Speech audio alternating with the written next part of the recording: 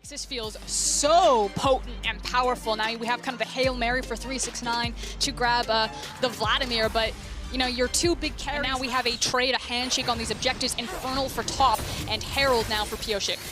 Immediate trade back. Of course, Def not really able to win out on the sustained damage trades here. And this has been simultaneously very tense and also very weird. I have never seen teams fight over Kindred marks like this in my entire life.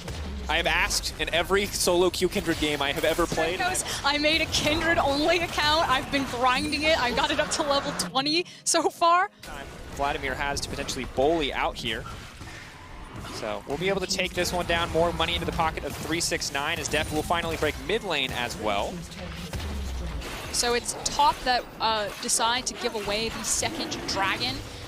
Staggering, or didn't really stagger their recalls, decided to back for items and then just give pressure for 369 to push down topside. So you may find Doran here, but Doran is a very beefy boy. Yeah, kind of can make it work. Who can find the team fight on their terms? Because so far this has been a slow incremental advantage building for DRX, but not significant enough to mean too much in the greater scheme of things. I think that it means things in the greater scheme of things in terms of that I still like DRX's composition better. Oh, here we go. Big Ornhorn. 23-38. 23-38. Can they live? Are we going to get the latest First Blood of the World? Who's it going to be? Doran now getting caught out. Can they keep the fight going? This is it. The latest First Bloods of the World, but who is going to get it in the end? They're running for the hills. They're buying a bit more time. Chovy's got the extra shield now coming in, but it's Vladimir right on the backside. Big ulti, but maybe not big enough. Chovy seemingly going to be the first to go down here. The dash out, the Predator, not quite enough, but he goes through the portal, and there's Pioshik with the ult! Oh, boy! Nobody's dying! Oh, man. What? But TES are going to get this mid lane tower. It looks like never mind! Oh! Knight's done! He has shown up, and now the follow, the flash immediate from Jackie Love, and just like that, the game explodes. Knight with a clean shockwave, clean follow from Karsa, and was dead even after that fight, but will not be dead even when this Baron falls. This is the opportunity for TES to lead Balloon pretty heavily for the side of top Esports. What was a chess game has now had the board flip. It does feel like a composition that has a lot of room left to run in it for DRX, so they're definitely not outgained with multiple control wards and find the flank point. That Bard ultimate was basically... DRX have been lulled into a false sense of complacency because that is going to be Baron for TES. Flawless play around Fog of War. Carry is walking forward. They think they have the bait. They don't know. They don't know.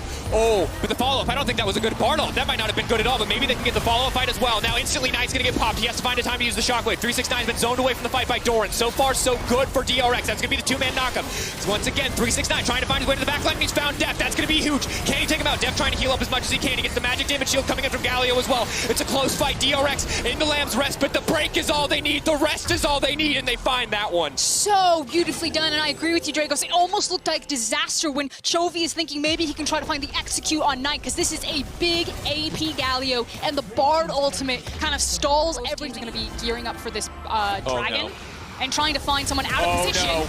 They've all walked face first into the Vladimir, but who's caught who? Who's going to be able to find it? Pioshik going through. The arrow's finally going to connect. They've held on for now with the Lamb's respite, but Knight coming in over the wall. The Baron setting the sights. The Dragon, rather. Dragon Soul for TES. Can they secure it? There's no way to stop it. They managed to grab it. That's Mountain Soul. DRX. This isn't the fight that they want. In 6 minutes. And a 2.5 gold difference. 2,500 gold difference, but triple Mountain. It's going to be feeling bot side since Baron's not spawning until a minute 17. Meanwhile, you can see Doran's immediately pulling the trigger and backing with his Bard as TES have called DRX's bluff. DRX were running up mid lane, and now they must respond to the charge that TES have on the spot lane. Again, DRX thought that they backed, but they hadn't, and now the push is set up on the bottom side. The Bard ult will go wide. Ornn doesn't know where to throw the ult because he was blinded, so he throws it away from the enemy team. Now we have the rest of the damage coming in. Deft ult not going to do too much. Look at the teleport. Knock up onto Jackie Love. Vladimir now coming in. Galio on the backside as well. Deft with the immediate Mikhail's out to safety. Now trying to run, but that's going to be it once the front line is gone. The fight is surely over. Big fight for TES. Do they try to push their advantage here and just end the game? So many cooldowns are gone. There is no Lamb's respite. There is no Galio ult. Deft doesn't have anything. Doran is dead. But there's no minion wave. How much are they willing to commit for this? How long are they willing to wait before this fight turns against them? The wave just about to come back in. I need to see how many stacks are on the Spellbinder for 369. Yeah, watch 369. He's got flash and ultimate. Shockwave's going to miss, though, and that's big. Pioshik healing back up. They need to get the wave clear down here. They don't have a ton of tools to do so, so it's going to be at least one. That's going to be the taunt in the middle of the fight. That's going to be the follow-up. Pioshik now going in, but they don't really have a good option for damage. But Jackie Love taking so much back in return. Deft, though, now the one in trouble, forced to flash out for safety. The flash into melee range, and the shotgun to the face. It's 369 now looking for a little bit more, and that's going to be it. TES, they find the fight in the base that they need.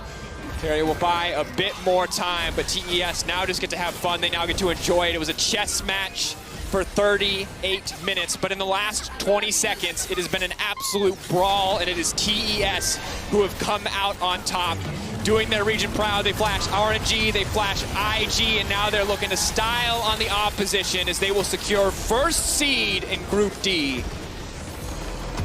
First, let's throw the groups up on screen because I'd love to get some kind of holistic thoughts to go into that group draw with. Amazing. I mean, I think we're going to get G2 against Demon. I think it's going to happen. The rematch. We're going to have the rematch. And honestly,